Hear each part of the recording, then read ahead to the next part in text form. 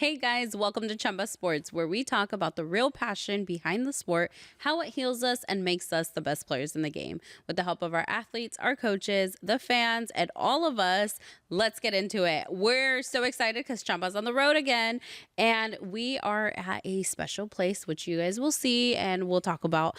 But first off, let me go ahead and introduce our special guest, who is the owner of this facility, and let's kick it off.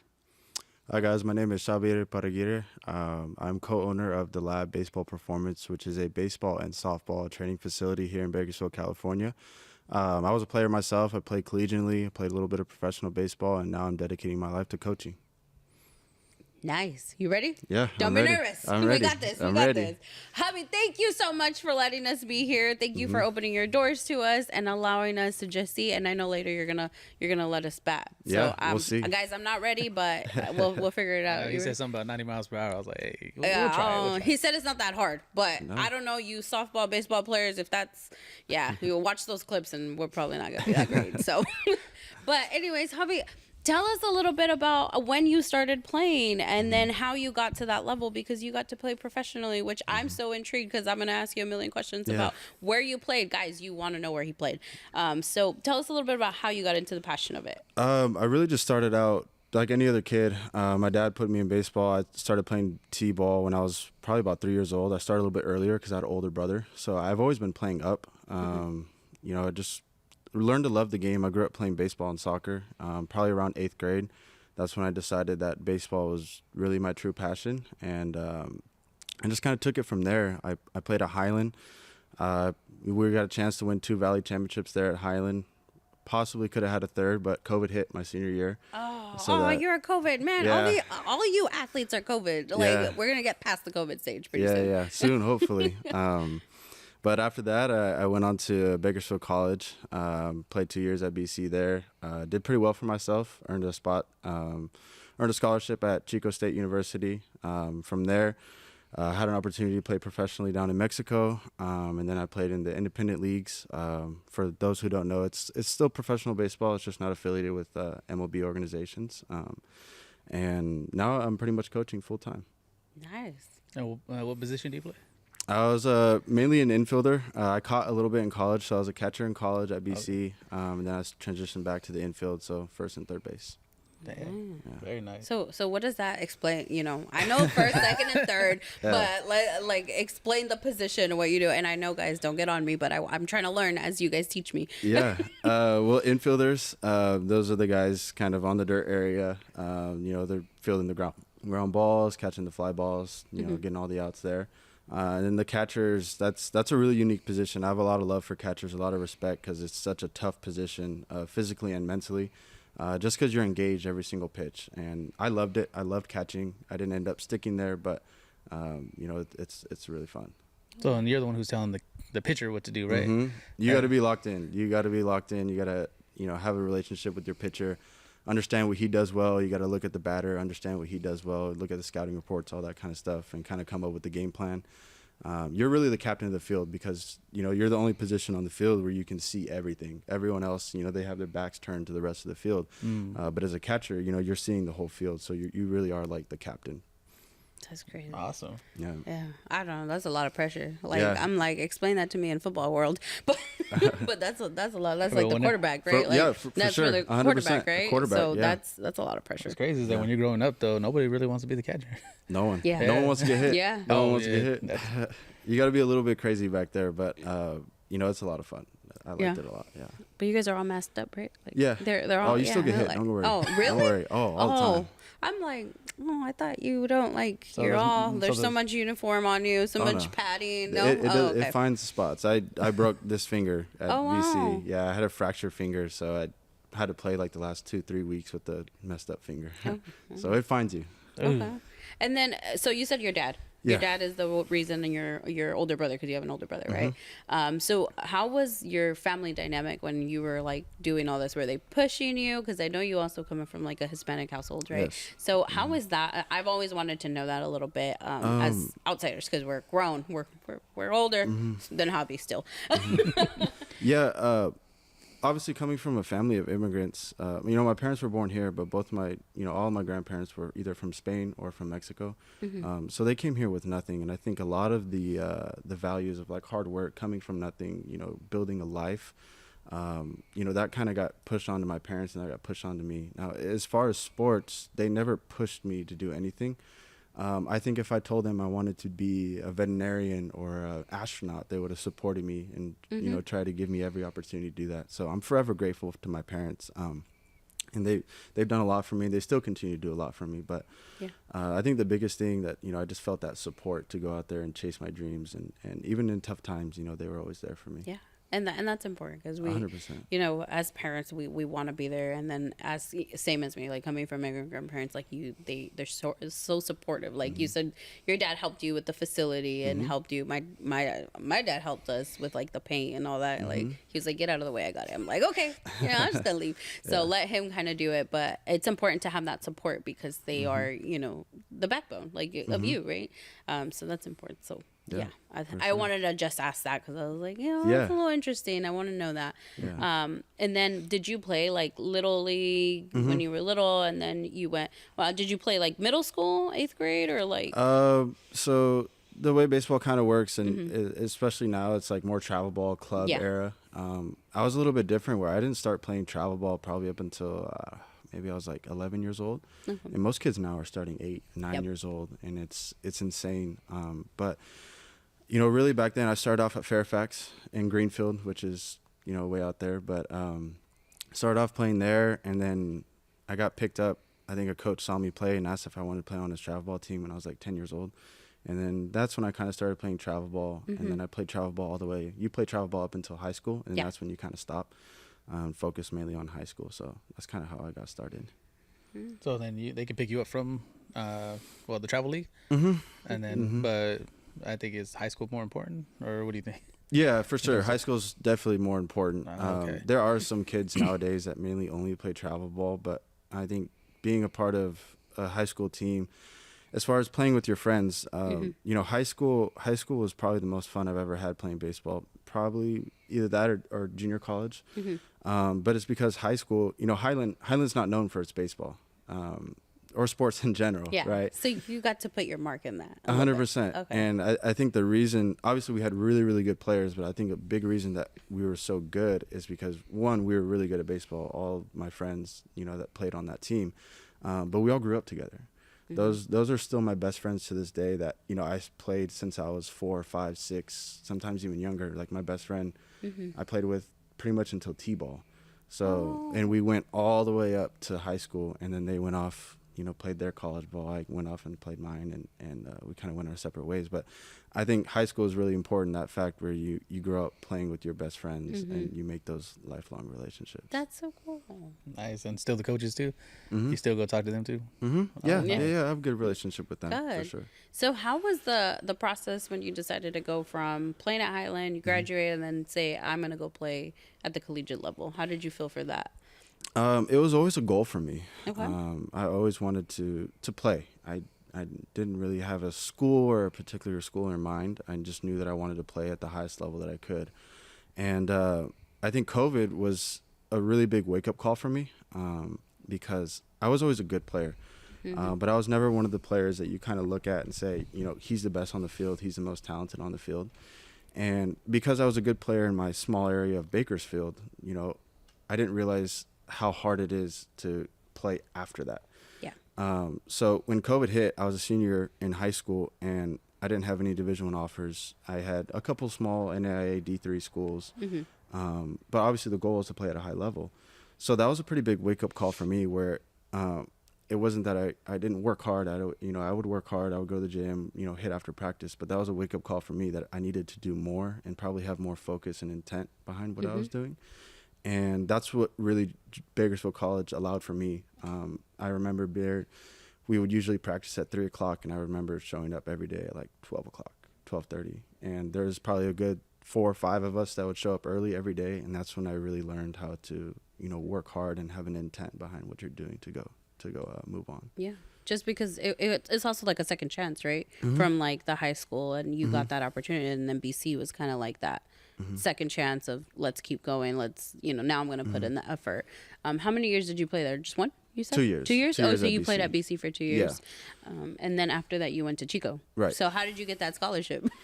How did that work out? It was a crazy. So because I was a COVID guy, our first season at BC was shortened, so it was only like 20 games. Okay. Usually it's about 40, so it's about cut in half. Okay. So I had the opportunity to get that first year back and play a third year at BC. But after what I had done in my second year, like I had a really good year. I was all conference first team. I think I tied like the single season home run record. Like I was like third or something like that, tied, right? So I had a good year. And I kind of felt as if I had proved what I needed to prove at that level, and I was ready for that next step. And I had a couple schools talking to me here and there. Nothing was really concrete. And then that's when I really realized that I needed to take it into my own hands, take my career into my own hands. And I remember during that time, I probably emailed like 500 schools, just sending out emails with all my tapes. And Chico was one of the ones that was really, really interested. They gave me an opportunity to pretty much go there and play without really having to come out of pocket, which was huge for me. And yeah, I just didn't look back, and I took advantage of the opportunity. You said, I'm going and I'm gone. Yeah. Yeah, pretty much. Yeah. But it's a lot of hard work, right? Yeah. I tell the athletes all the time, like, they'll say like, oh, I'm from a certain school that doesn't have, that's what Chamba's all about, is providing that opportunity. And, in the next coming month or so, we're going to be doing workshops and stuff where we will show you guys how to send out those emails, those recruitments, just because that's so important. Like you might say, I want to go to, these are my top 5, these are my top 10, but it's like, you never know who's going to pick you up. And, that opportunity for a scholarship and financially is so important, especially, in the world we live in now. So for sure, it's different. Yeah, especially the camp that we went to and everything. They're like, a lot of kids like to aim high, but there's nothing wrong with starting with a JC or something like that and then moving up from there.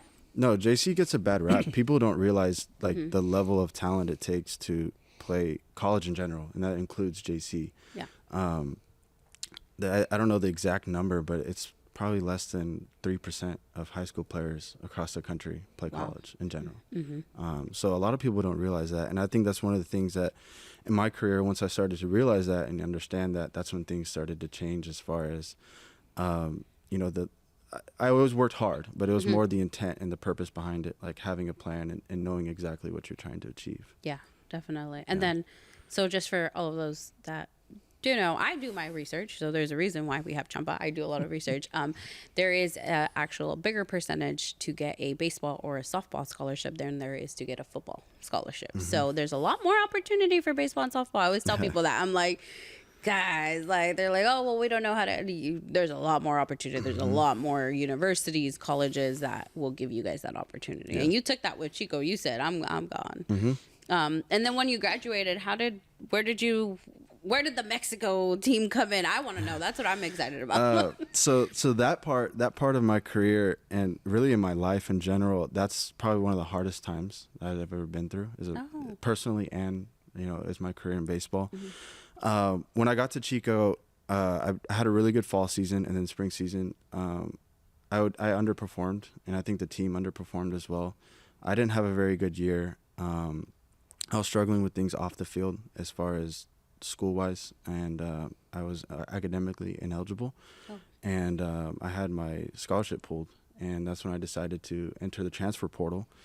And when I was in the transfer portal, I was looking for schools, but it's pretty tough when you're not academically eligible to find a scholarship. And I kind of came to realize that, okay, I'm probably not going to play this year, and that's when the opportunity to go play in Mexico. I had a connection that I knew, and he's a close friend of mine. And I was talking to him about my situation, and I pretty much told him, I was like, look, like I feel like if I don't play this season somewhere, I'm going to take a step backwards. I think there's only so much that I can do in training. And that's when the opportunity to go play in Mexico was presented to me. And thinking about that, it was naive to think, to be honest, because a lot of people don't realize the level of talent and how hard it is to play professionally anywhere. It doesn't need to be MLB or minor leagues, just in general. So it was a little bit naive of me to go down there and think that would be the best route for me. And I don't regret it by any means, and it ended up working out for me. But that's kind of what happened to me. So I played my year at Chico, and then that summer I was playing college summer ball, and then that's when I had the opportunity to go down and play Mexico. Oh, that's cool. I mean, but you understood the academics, like it, the part of it. And so, guys, we always tell you academics for sure. is important. I mean, there's a standard you guys might have in high school. It's like a 2.0, and we strive for a 3.5. Yeah, so for sure. strive for that 3.5, whether you're in high school or in college. That 3.5 is, you just be there academically wise. And sometimes, we all go through things, but it's important to, come back, because at the end of the day, we all have goals. So for sure. we got to hit those goals. Yeah. But transfer portal, because I want to know about the transfer, because I know there is different ways, and maybe you can also explain it to some people that don't know, because I know if you play baseball, I think I have a friend, his son was like, either you go play for a college or you go to the portal or play in the MLB, right? Well, the transfer portal is more for college. Well, so yeah. Well, not transfer portal. Okay, well, after that, well, before that then. So do you know a little bit about that and how that process works? Like, how does that work a little bit for athletes who are in, seeing their senior year or junior year, who are like on the borderline of either going to college or going to go play like MLB? Well, as far as the transfer portal, that's for college to college transfers. So that would be like, let's just say you're at one school, either you leave or you get an opportunity taken from you and you enter the transfer portal, and then that's when you go find another college. So as far as that process goes, I pretty much talked to the academic advisors over there. I said, hey, I'm going to enter the transfer portal. They did the paperwork, and then I was in the transfer portal, and that just pretty much gives you permission to talk to other coaches as far as looking for other opportunity. As far as like high school stuff, the way it works in baseball, you have, I think it's 3 different opportunities now to get drafted. So you can get drafted after high school, after your senior year. You can get drafted after 2 years at junior college, or after your 3rd year in 4-year college, which would be like D1, D2, D3, and AIA ball. Dang. So you have 3 different opportunities. And then if you don't get drafted, then it's okay. You can still sign a free agent deal, basically. See, guys, there's more opportunity in baseball. So is it anything like the NFL? More of the NFL too, football, where you can go on a practice, what we call a practice squad over there in football, where you can actually be on the team practicing with them, but you still get paid, but you won't get signed like onto a permanent, I guess, right? Yeah, so MLB is different because you got the minor league. So they cut a bunch of minor league levels starting in 2020. But essentially the way it works is kind of like a farm system. So you got the MLB club, and then under that you got, I think it's like 5 or 6 different levels. And depending on where you come from, if you're a high school guy, you're usually starting out in rookie ball. And then you kind of work your way up to rookie ball. There's single A, high A, double A, triple A, and you kind of work your way up. And then you got the international signees. So the international signees, the guys that sign out of, all the different Latin countries, Asia, stuff like that, they get signed at 16 years old, and they usually go to the Dominican. And at the Dominican, that's when they have all their academies. And from there, they work out of the Dominican, and then they funnel into the U.S. minor league system. Wow, that's awesome. So there's room, guys. You guys can play at any level, literally. You can play at any level. So there's opportunity there. Yeah, that's a lot. Yeah. That's a lot. That's more than just the NFL. You just have your draft one time. But there's a lot more options, guys. There's a lot more options. That's cool. And then you decided after, you played for a year in Mexico, or how long were you there? So I played for a little over a year, and then I was released from my team in Mexico, and then that's when I played in the independent leagues this past summer, and that was my last season playing. Is it sad? Is it different? It hasn't really hit me yet. Oh, not yet. Okay. I'm like, is it different? Well, I mean, the other side of the story is along the line around BCs when I started coaching, and I've been doing that either when I was home from college or in my off seasons when I was playing in Mexico. So for me, I've always had an opportunity to be around the game, and ever since I made that decision to leave playing, for me, the love of the game, the passion of the game never really changed. It's just my role. Yeah. My role changed from player to now coach, and trying to help all these kids, give them opportunity to go achieve their goals. Yeah. And now you're a full-on coach. Yeah. Now, best of the best out here, but, and then, so with that coach role, I know it's like you said, the role changes, there's new responsibilities. And then you decided to go after where we're sitting here. Yeah. So tell us a little bit about that. Well, it kind of coincided with my decision to stop playing and go full-time into coaching. Like I said, I've been doing this at different facilities probably for about 4 years now. And really this off season, I had a good season last year. The reality of it is I could have kept playing. I don't mean to be like that Theo that says, man, if I didn't hurt my knee, I could have kept playing. Yeah, that's what we call Big Martin. What you mean? I actually had knee surgery.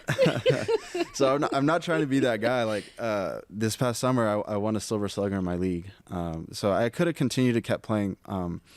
But really that decision for me, it came down to what it would have taken to continue to climb the levels and the amount of, effort and sacrifice mentally, physically, emotionally, all that stuff.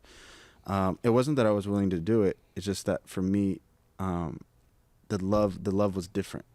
I didn't really want to do that for me anymore.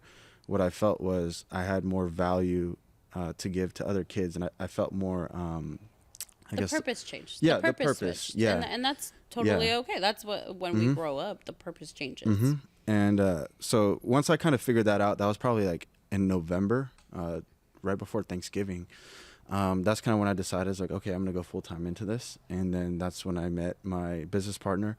And it moved fast. And now we're here, 3 months later, and I got my own facility, and I couldn't be happier every single day. And tell us a little bit about the facility. Like, what do you offer? What are you, bringing in? Who are you bringing in? What, what type of things can we expect if somebody, reaches out to the lab?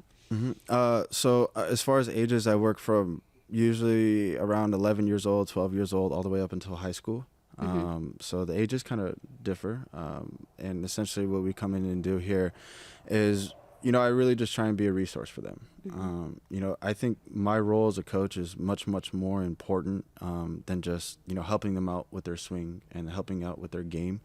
Kind of like we talked about with my parents, that feeling of support, that level of support is very, very powerful personally. So I want to be able to give that same level of support and same level of care to a kid in his career.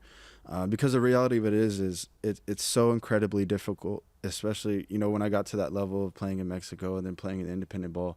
That's when I really realized that it's a worldwide game. You're competing against the whole world, and you have to be one of the best in the world to be able to achieve that. Van a jugar con Brian Gómez en el shortstop, Rogelio Cobos en el jardín central, Giancarlo Servín, el primera base. Adolfo Valdés va como cuarto en el jardín izquierdo, Ahmed Galás como quinto, el bateador designado, Antonio Almeida aparece como sexto y receptor. Palo para jardín izquierdo, la pelota está viajando y la pelota está del otro lado. Cuadrangular de Xabier Iparraguirre por todo jardín izquierdo. Bambinazo de 2 carreras, se lleva por delante a Pedro Castellano y los guerreros arrancan como finalizaron ayer. Con la tónica del bateo, par de carreras en el amanecer del partido, sacudiendo la serpentina del derecho Xabier Pérez, que recibe sus primeras 2 carreras de la temporada. Así Miguel, tremendo bombazo por parte de este pelotero Xabi Iparraguirre. Hay que destacar que el día de ayer, Miguel, Iparraguirre también tuvo una muy buena jornada.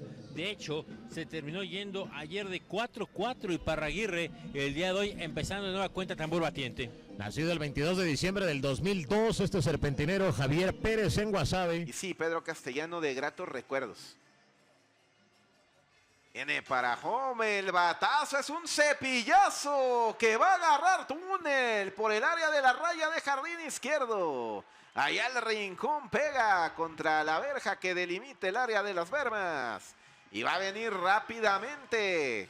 Daño para los guerreros de Oaxaca. Se están yendo arriba con par de carreras. Es un doblete para este caballero que ha hecho daño en esta campaña. Traía buenas credenciales, sobre todo de la primera serie, Esteban. Pues ahí está, tanto él cántara. So the reality of it is if I do this for the rest of my life, for the next 20, 30 years, I might work with, hundreds, maybe thousands of athletes.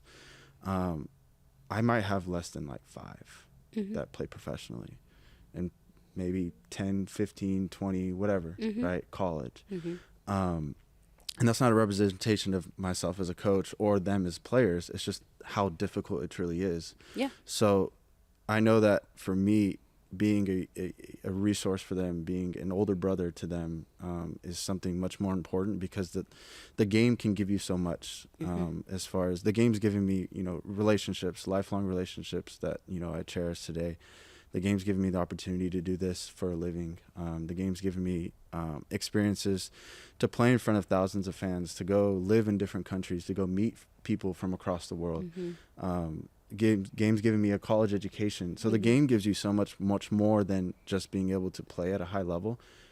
So for me, if I can help any kid reach his potential, and if his potential is playing, NAIA baseball, which nothing wrong with that, but he gets lifelong friends out of it, he gets a college education out of it, and, he gets an opportunity to succeed in life, then, I know I did my job.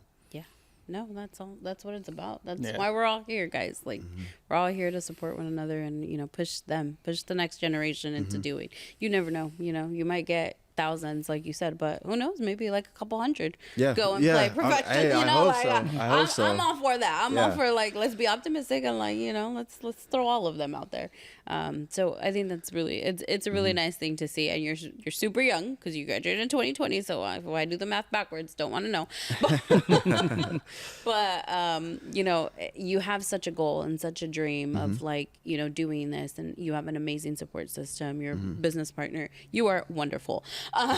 So, like, you have so much that you can accomplish, and you guys are just getting started. Like, guys, if we're gonna promote this, we want you guys to come out and see it, the facility. So, and then also, all the experience that you bring. So it's not just like, no offense, that you're like a little, like a high school coach, but you play professionally. So I was like, I want that guy to coach me rather than that guy, Hey. I don't know nothing about, well, I know a little bit about baseball. Yeah, but so you have that as your gain, and that's another thing. Like, athletes take that as an advantage. Like, if you have somebody who's been in the game, who knows it, like he said, take those resources. You want those resources. You want to be able to use them, because we're not just telling you things to tell you guys things. We're telling you guys things because we've gone through it, and those experiences are important, and we don't want you guys to make the same mistakes that we do sometimes. 100%. So, that's a lot. That's a lot of the conversations with my kids. It goes much deeper than hitting mechanics. It's, how are you taking care of yourself? How are you eating? Are you doing the right things? Are you taking care of school? I know, because I had baseball taken away from me because I didn't take care of my stuff in school. So you said it perfectly right there. Yeah.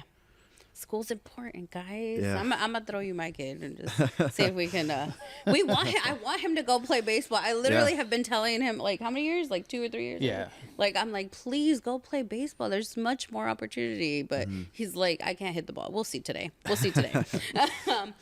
what do you? No, I mean, you said it all. Like I said, from coach to coach and everything, the experience and everything that you brought, like everything you've been through and everything, it's awesome. So, like I said, and a lot of coaches like myself don't even get to that next level and everything, but we still try to do the best we can when it comes down to either mechanics or like me. Hey, you should have done it. Like, hey, go to college, man, try it. Because I mean, I didn't get the opportunity to, but like I said, take school seriously, do everything. So everything that we learned, like I said, we try to pass on. So greatly said, man. And like I said, I hope to hit a few myself right now. But we wish you all the luck, all the support. We will be here, guys. We should bring some of you guys out here, right? You up for that? Sure. You up for that? That? We'll do like a little Chamba event and like bring them that. all here and kind of get a feel for it. And then those of you who don't want to play, maybe you want to play. And then I have my softball player, like Miranda. Love you, Miranda. She's from Shafter, so she's really good. So there's an opportunity But we thank you so much. Thank you for the opportunity to allow us to be in your home, in your space. Is there anyone, before we take off, anyone that you want to thank? Oh, man, I could be here all day trying to thank it's people. It's all right. Obviously, my family, my friends, everyone that supported me in any way, all the coaches that have given me amazing advice, playing-wise and as a coach as well. There's so many people. I don't want to single anyone out just because there's so many people, but they know who they are. They know who they are for sure. Yeah. And I'm thankful for being here. We spoke a little bit earlier. I think what you guys are doing is really, really special. Just using myself as experience, my own experience. I had to fight for every opportunity, and it was almost like I was by myself, even though I had family and friends supporting me. As far as in the industry, baseball industry, I didn't have an agent. College recruiting, I was emailing a bunch of coaches. So I think what you guys are doing as far as what you guys are trying to build and what you guys are building now is something that's really, really important. So I think it's very inspirational. Thank you. And I completely agree. I mean, he knows I go through my struggles. Chamba is in the back of my mind, guys, like all the time. Like you said, we fight our own battles within. So I'm always fighting myself over whatever's next. So I completely understand where you're coming from. Cool. Yeah, but thank you for my support system here. I love you. Always here. But we're gonna be here and we're gonna help in every way that we can, and with your athletes, send them along as well, so we can. For sure.